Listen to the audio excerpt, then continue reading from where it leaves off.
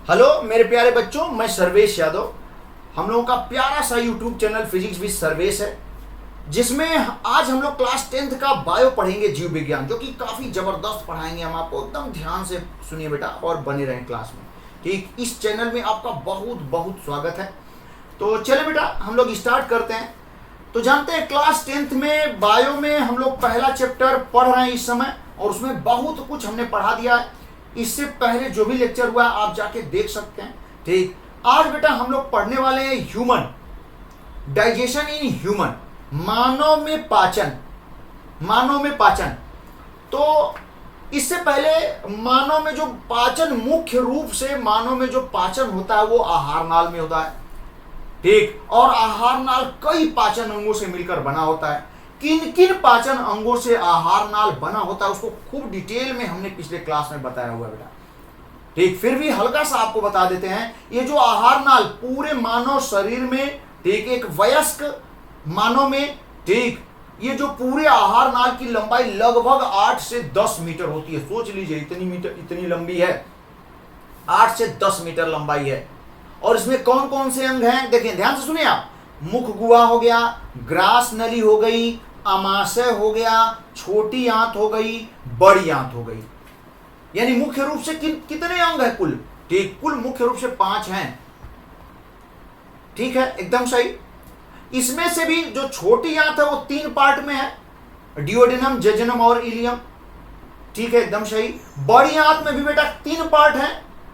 ठीक, सब बता चुके हैं, हल्का सा ठीक आपको कनेक्ट कर रहे हैं। बड़ी आंत में भी कितने पार्ट हैं? 3 पार्ट हैं। कौन कौन है? सीकम, कोलोन और रेक्टम। ठीक, सीकम, कोलोन और रेक्टम। कोलोन भी 3 तरीके का है, एक को असेंडिंग कोलोन, ट्रांसवर्स कोलोन और डिसेंडिंग कोलोन। यानी आरोही कोलोन ऊपर चढ़ता है, फिर सीधा होता है अनुप्रस्थ कोलोन, फिर नीचे उतरता है, उसे हम लोग अवरोही कोलोन कहते हैं। इसके बाद रेक्टम होता है। ठीक है, एकदम बढ़िया।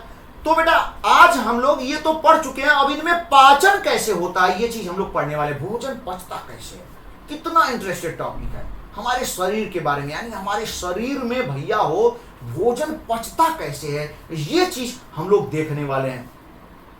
तो ये ध्यान दें, ये दिमाग में मत बैठा कि आप यहां नहीं बैठेंगे कि हमें हाई स्कूल का पढ़ना है। ठीक, हाई स्कूल से हम ये नहीं देखेंगे कि हाई स्कूल सिलेबस में क्या, एकदम डिटेल में बताएंगे आपको। एकदम जबरदस्त क्लास होने वाला है आप। ठीक, बस आप चुपचाप बैठे रहेंगे, इतना मजा आने वाला है कि कोई हिसाब नहीं है। ध्यान दीजिएगा बेटा। ठीक है, तो चलते हैं हम लोग। हमारे शरीर में भोजन पचता कैसे है, आहार नाल से भोजन पचता कैसे, ये चीज हम लोग देखेंगे। तो पहले भोजन के पचने से पहले तो ये न जानेंगे भैया कि हमारे भोजन में आखिर होता क्या क्या है जिसको हमें पचाना है। उस भोजन में आखिर है क्या जिसको हमें क्या करना है, पचाना है। तो जानते हैं बेटा, भोजन में मुख्य रूप से 5 पोषक तत्व पाए जाते हैं। कितने पोषक तत्व? 5। ठीक, कुल 5 पोषक तत्व पाए जाते हैं भोजन में। इसको हम लोग देखने वाले हैं। ध्यान दीजिएगा भैया हो, ठीक, बाबू हो, सब लोग एकदम ध्यान से देखें। तो जो हमारे भोजन में, ठीक, कुल 5 पोषक तत्व हैं। कौन कौन सब लोग जानते हैं, फट से इसलिए लिख देते हैं। पहला पोषक तत्व सब बहुत ज्यादा महत्वपूर्ण है, कौन है भैया? कार्बोहाइड्रेट। ठीक, नाम एकदम सुने होंगे।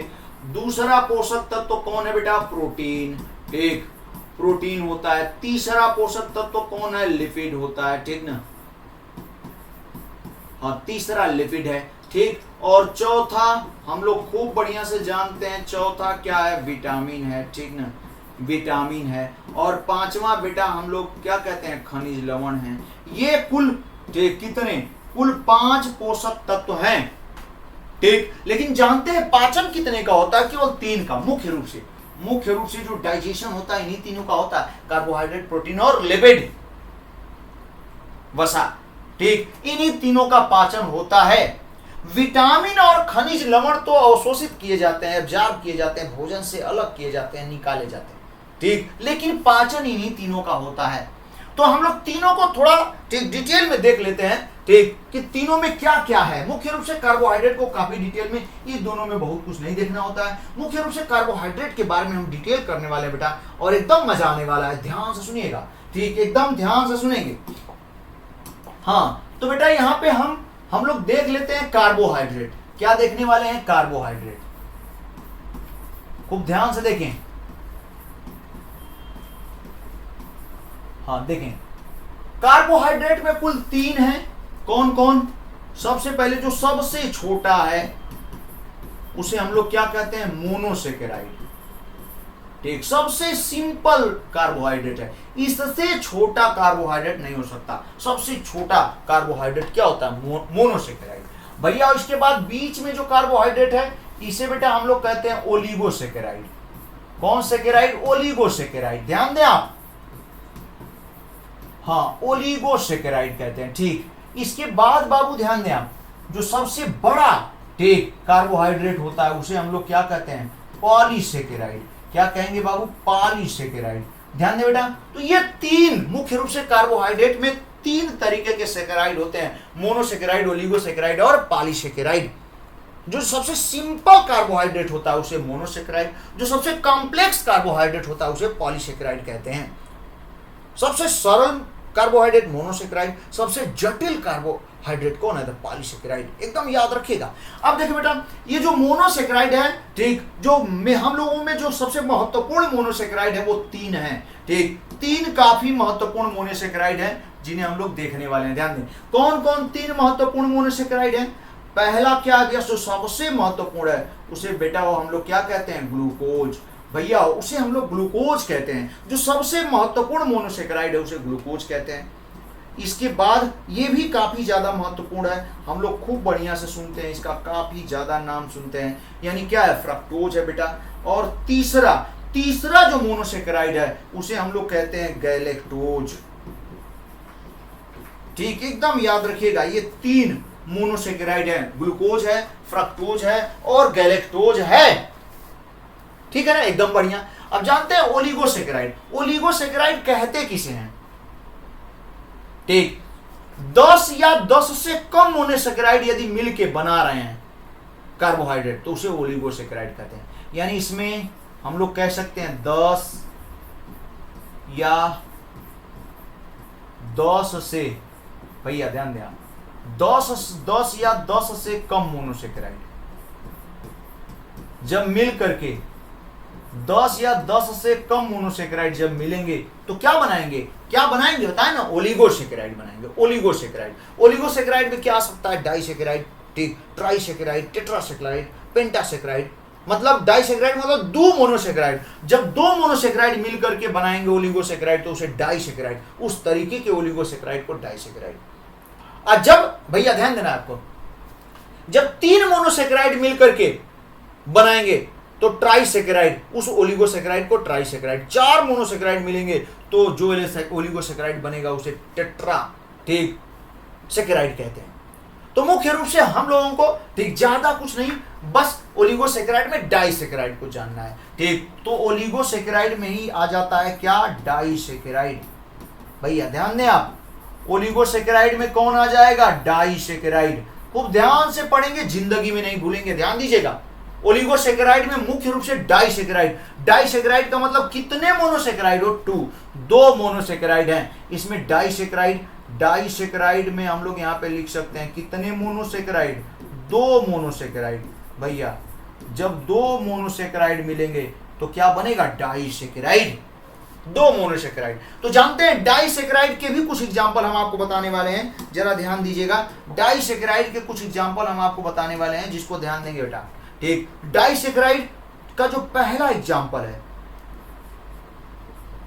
ठीक, डाइसेकेराइड का पहला एग्जाम्पल हम आपको बता देते हैं, वो है सुक्रोज। क्या चीज हो? सुक्रोज। डाइसेकेराइड का सुक्रोज। ठीक, दूसरा एग्जाम्पल भी हम आपको बता देते हैं। दूसरा एग्जाम्पल बेटा माल्टोज, ये डाइसेकेराइड है, माल्टोज। और तीसरा एग्जाम्पल हम आपको बता देते हैं, सुक्रोज हो गया, माल्टोज हो गया, और तीसरा है लैक्टोज। ये तीनों क्या हैं? डाइसेकेराइड हैं। ये तीनों डाइसेकेराइड हैं। कौन कौन? सुक्रोज, माल्टोज और लैक्टोज। सुक्रोज, माल्टोज और लैक्टोज बेटा हो ये डाइसेकेराइड है। और जब डाइसेकेराइड है तो निश्चित रूप से 2 मोनोसेकेराइड से बने होंगे। तो हम आपको बताने वाले हैं, कितना बढ़िया पॉइंट, कि आखिर ये तीनों किन किन 2 मोनोसेकेराइडों से मिलकर बने हैं।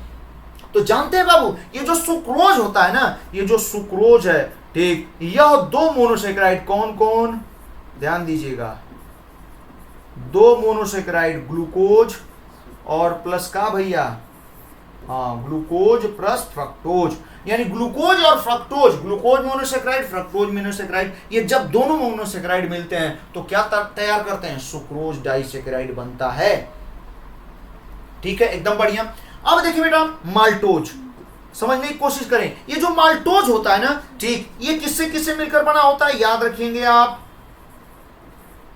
ग्लूकोज और प्लस, ठीक, ग्लूकोज और प्लस ग्लूकोज, यानी दो ग्लूकोज जब आपस में मिलते हैं तो क्या बनाते हैं, ठीक, माल्टोज। जब दो ग्लूकोज मोनोसेक्राइड आपस में मिलते हैं तो माल्टोज बनाते हैं। और जानते हैं लैक्टोज, ये भी डाइसेक्राइड है, तो ये किससे मिलकर बना है, एकदम नहीं भूलेंगे भैया, वो ग्लूकोज और प्लस क्या, ठीक, गैलेक्टोज, हाँ, ग्लूकोज प्लस गैलेक्टोज, ठीक, हाँ, गैलेक्टोज, ये दो, ठीक, ये तीनों डाइसेक्राइड किन किन दो दो मोनोसेक्राइड से बनेगी, हमने बताया आपको, एकदम मत कभी मत भूलिएगा। अब बात आ जाती है बेटा हो पॉलीसेक्राइड। तो पॉलीसेक्राइड में, ठीक, काफी डिटेल में तो हम लोगों को नहीं पढ़ना है, जो हम लोगों को आना है, ठीक, हम लोग लायक है उसी को पढ़ेंगे। तो पॉलीसेक्राइड जो दो बहुत इंपॉर्टेंट हैं, ठीक, वो कौन कौन है, ध्यान दीजिएगा आप सभी, ठीक, ध्यान दीजिए, पॉलीसेक्राइड कौन कौन से दो हैं, एक वो है बेटा, ध्यान दीजिएगा, एक है स्टार्च,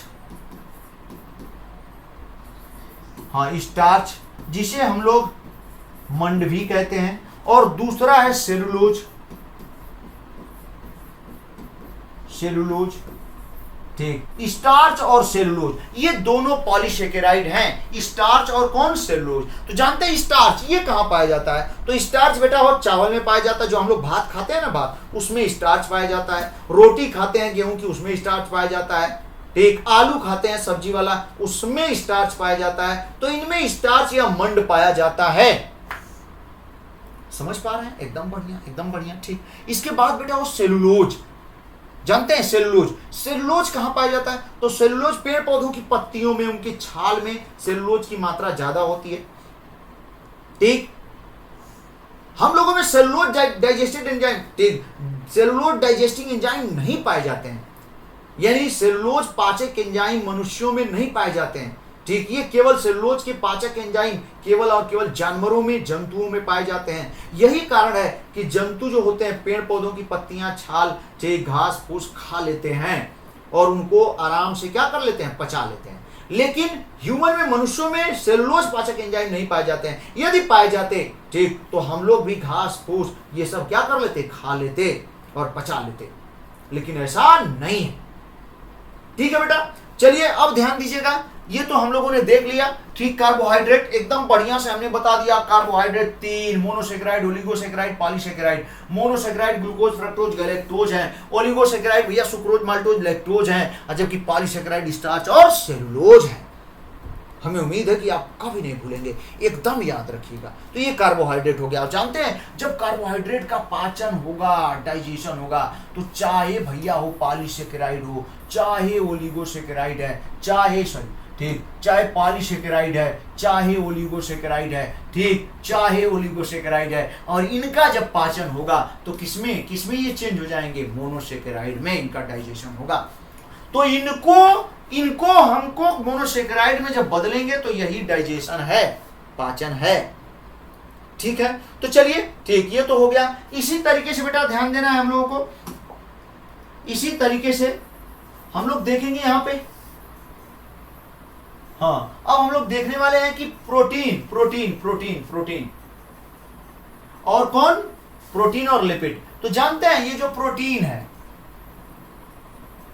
हाँ, प्रोटीन बेटा, प्रोटीन का जब पाचन होता है, ठीक, तो ये भी टूटता है। तो मुख्य रूप से जो प्रोटीन है, ध्यान देना है आपको, ये जो प्रोटीन है, ठीक, तो प्रोटीन में का जब पाचन होता है ये तो टूटता है, ठीक, प्रोटीएजेज,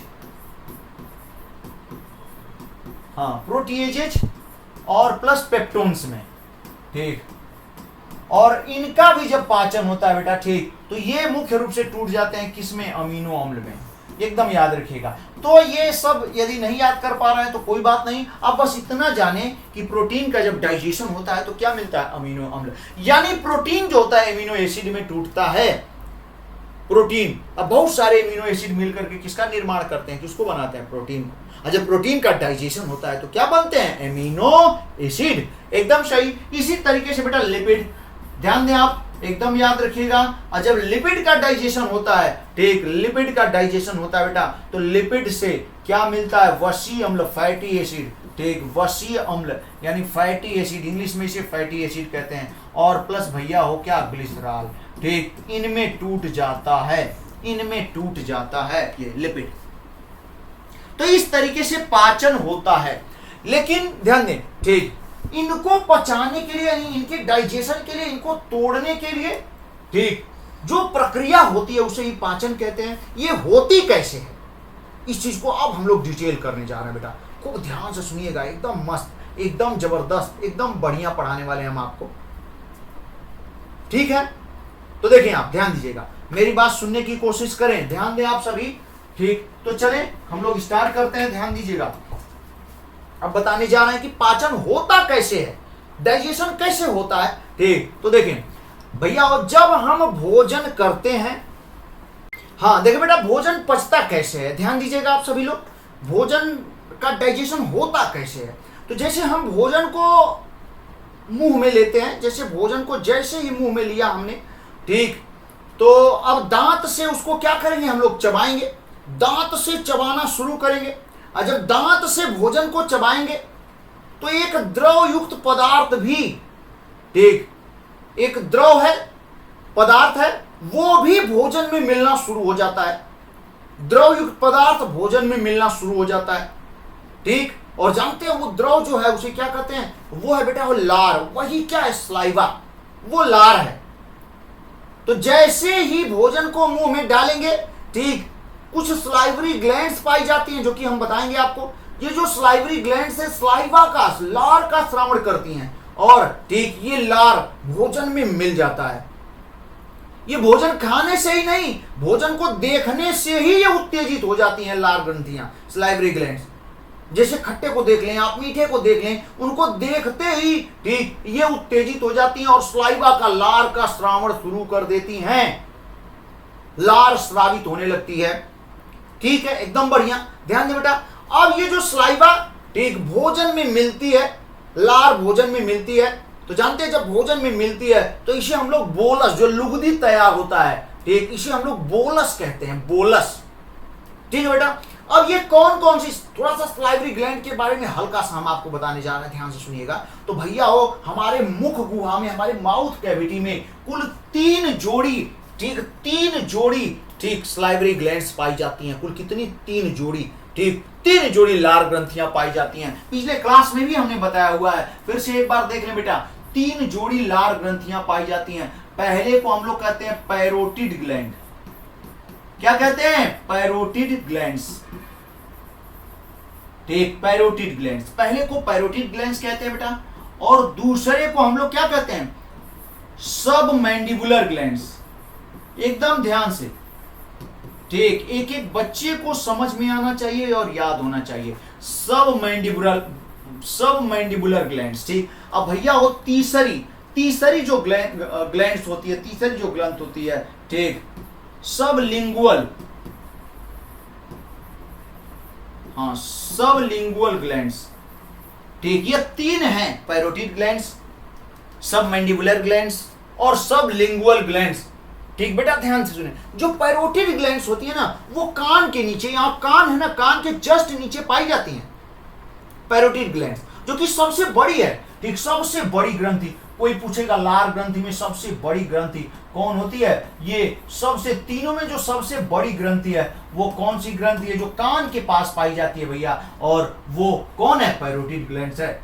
और जानते हैं बेटा, सबसे ये सब मैंडिबुलर नहीं, जबड़े के जस्ट नीचे पाई जाती है, ठीक, सब मैंडिबुलर, ठीक है, एकदम बढ़िया, ठीक। और जो सब लिंगुअल होती है ना, वो जीभ के नीचे पाई जाती है, जीभ के जस्ट नीचे पाई जाती है। और जीभ के जो नीचे पाई जाती है, ये सबसे छोटी, भैया ध्यान दें आप, ये सबसे छोटी ग्रंथि है, ये सबसे छोटी ग्रंथि है। तो इस तरीके से ये तीनों ठीक ग्रंथियां हैं।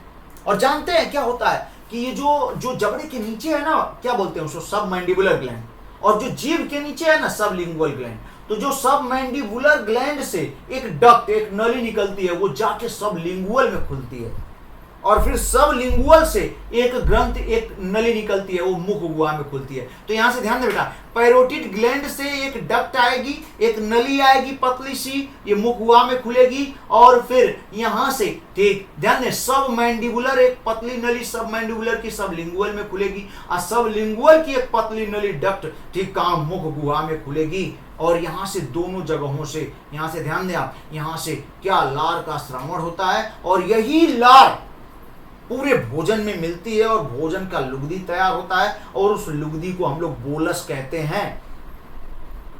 ठीक है बेटा। और जानते हैं इसका पीएच अक्सर हम लोगों से पूछ देता है कि स्लाइवा का पीएच, लार का जो पीएच ठीक कितना होता है, लगभग 6.8 होता है। अभी हम बताते हैं ठीक, हल्का सा इसका फिगर हम लोग देखेंगे बेटा, ध्यान दीजिएगा ठीक, हम फिगर से क्लियर करते हैं।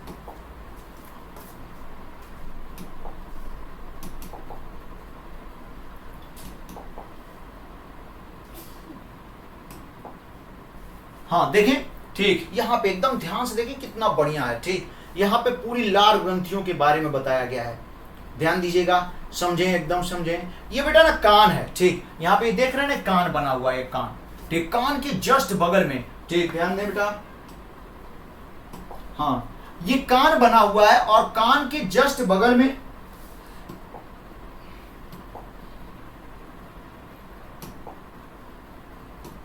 हाँ देखें, हाँ कान बना हुआ है, कान के जस्ट बगल में, इसको देख रहे हैं ना आप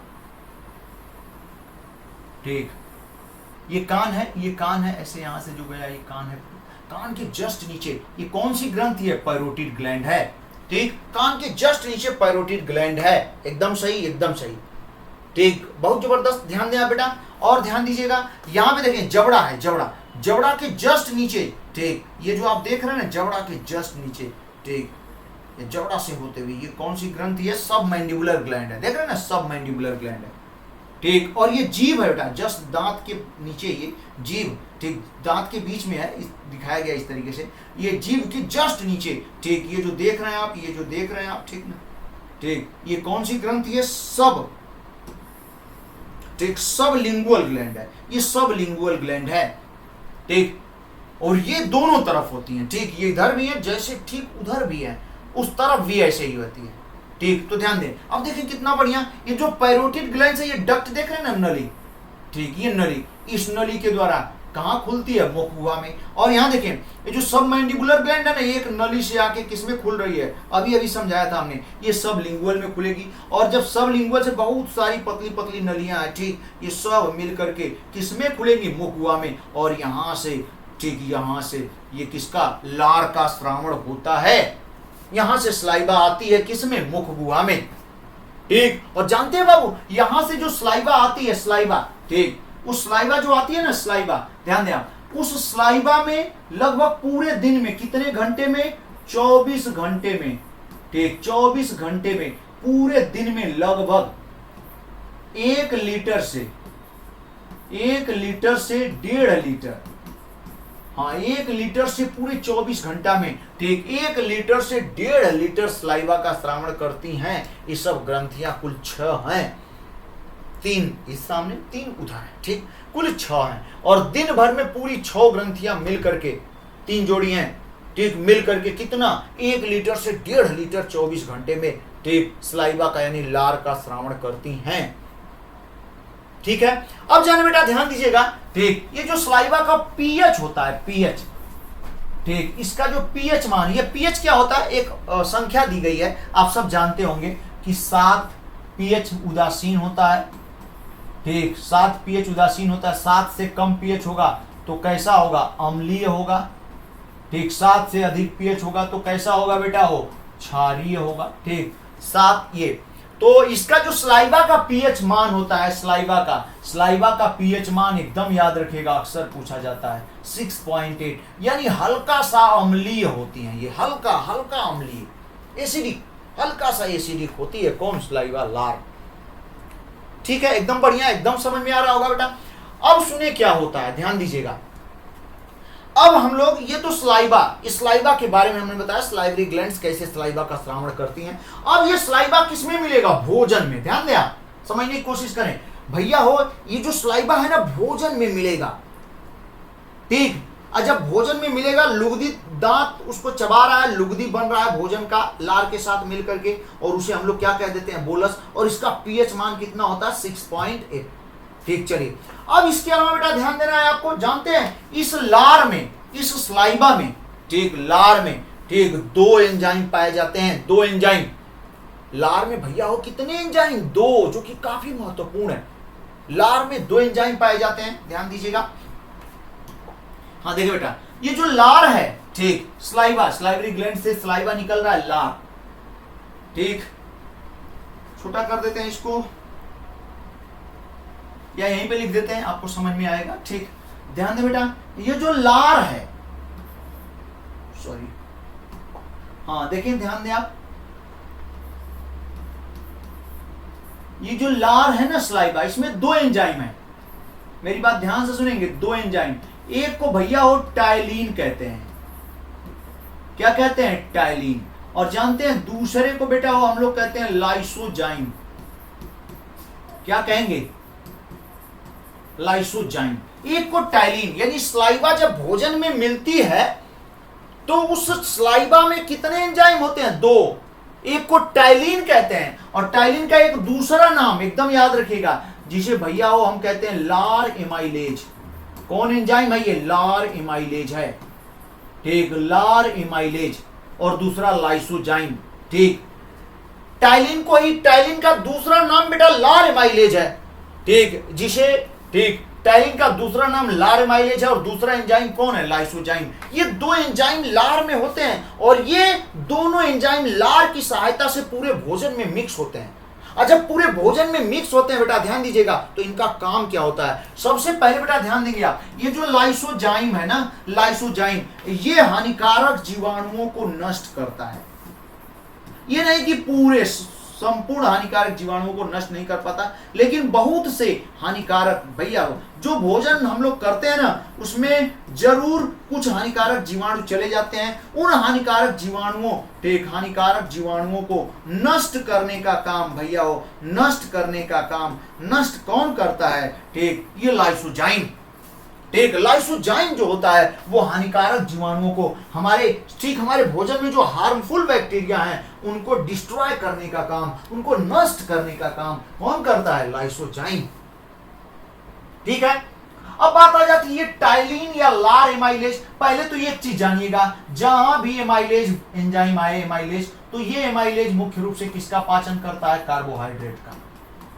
लाइपेज जो है लिपिड का, ठीक, इन लग के लास्ट में आता है तो प्रोटीन का, तो की बात बताएंगे हम लास्ट में। लेकिन कुछ जनरल चीजें आप जानिए, यदि एमाइलेज शब्द आता है, एमाइलेज एंजाइम आता है, तो मुख्य रूप से आप एकदम जानिएगा कि ये कौन सा कार्बोहाइड्रेट पाचक एंजाइम है। ठीक, कार्बोहाइड्रेट, ठीक, पाचक एंजाइम है एमाइलेज। ठीक, और इस एमाइलेज का श्रावण 3 जगह होता है। 3 जगह हमारे शरीर में भैया, 3 जगह मुख्य रूप से पाचन होता है।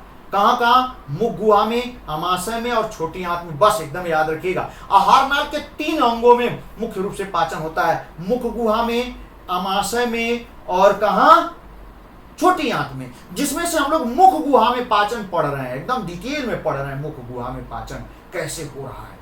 ठीक है, इसके बाद अमाशय में पाचन पढ़ेंगे खूब डिटेल में, फिर छोटी आंत में। तो अभी तो हम लोग मुख गुहा में पाचन पढ़ रहे हैं। ठीक, तो जानते हैं एमाइलेज जो एंजाइम है वो 3 जगह इसका श्रावण होता है। ठीक, ये मुख गुहा में भी श्रावित होगा, अमाशय में भी श्रावित होगा और छोटी आंत में भी श्रावित होगा। तो जैसे ही एमाइलेज नाम का एंजाइम आपके सामने आया, तुरंत समझ जाएंगे किसको पचाएगा, कार्बोहाइड्रेट को। ठीक ना, कार्बोहाइड्रेट पाचक एंजाइम है ये लार एमाइलेज। ठीक बेटा, ध्यान दें, ये टाइलिन जो है, टाइलिन का दूसरा नाम लार एमाइलेज है। ठीक, और यह कार्बोहाइड्रेट का पाचन करता है, उसमें भी मुख्य रूप से किसका पाचन करेगा भैया हो, किसका पाचन, स्टार्च का। ठीक, जिसे हम लोग क्या कहते हैं बेटा, मंड। ठीक, स्टार्च का पाचन करता है, ये मंड का पाचन करता है। ठीक है ना, स्टार्च, मंड।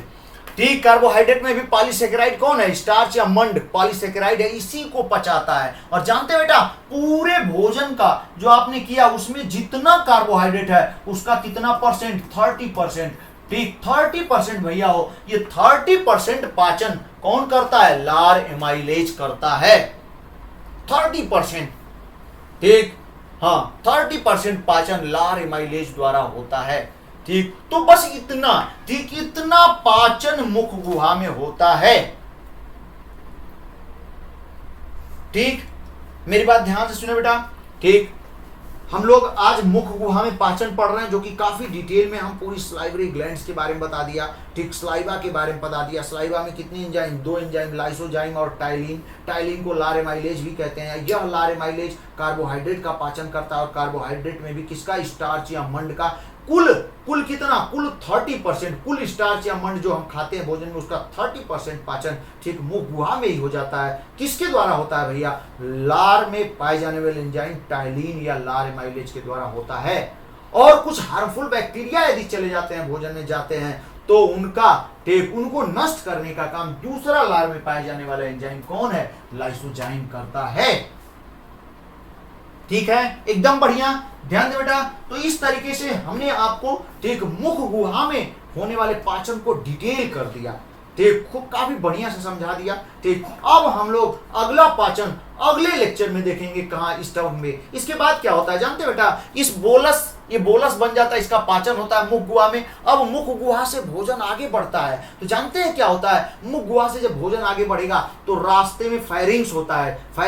फायरिंग्स की लंबाई, ग्रसनी की लंबाई लगभग 12 सेंटीमीटर होती है। भोजन उससे होकर आगे बढ़ता है। तो जब ग्रसनी का लास्ट पोजीशन आता है, यहां से लेके यहां तक भैया, यहां तक लास्ट पोजीशन जब ग्रसनी का आता है मुख गुहा से लेके यहां तक, ठीक, तो वहां ग्रसनी ठीक 2 पार्ट में डिवाइड हो जाती है। 2 नलियां आ जाती हैं भैया। एक को हम लोग कहते हैं श्वास द्वार, जिसे हम लोग ग्लॉटिस कहते हैं। दूसरे को ठीक निगल द्वार, जिसे हम लोग क्या कहते हैं? दो होल मिल जाते हैं, 2 होल। एक को श्वास द्वार, दूसरे को निगल द्वार। श्वास द्वार वाली नली को ट्रैकिया कहते हैं, श्वास नली, और ठीक निगल द्वार वाली नली को ग्रास नली कहते हैं। तो जानते हैं इस बीच में एक ढक्कन होता है इसे।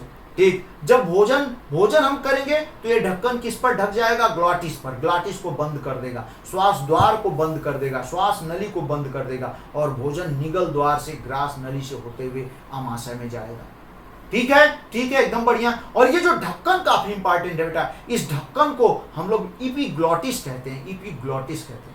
वही जब सांस लेते हैं हम, तो ये ढक्कन उल्टा, ठीक उल्टा, ध्यान दे, उल्टा किसको ढकता है? गलेट को ढक लेता है, बंद कर लेता है। और हवा किससे पास होती है? इस ठीक ग्लॉटिस से, यानी श्वास द्वार से ट्रैकिया होते हुए फेफड़े तक जाती है, हवा आती जाती रहती है। ठीक, फिर जैसे ही हमने भोजन किया तुरंत इपीग्लॉटिस ढक लेगा किसको?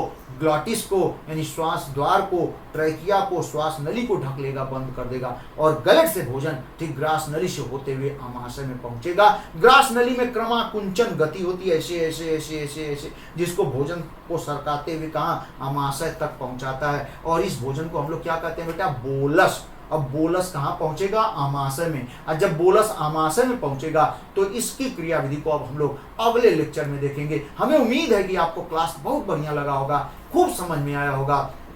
और यदि कोई दिक्कत होती है तो आप जरूर बताएं। ठीक, आप जरूर बताएं बेटा। ठीक, ये तो हमें लगता है कि बच्चे को कुछ भी नहीं आ रहा है, चुपचाप बैठा दीजिए क्लास में, तब भी आसानी से समझ लेगा। और हमें उम्मीद है कि आपको खूब बढ़िया समझ में आ रहा होगा। ठीक, खूब मेहनत से पढ़िए, क्लास को खूब आगे बढ़ाएं बेटा। ठीक, यदि कोई दिक्कत होती है हमें जरूर बताएं। पूरा वीडियो देखने के लिए बहुत बहुत धन्यवाद, दिल से धन्यवाद।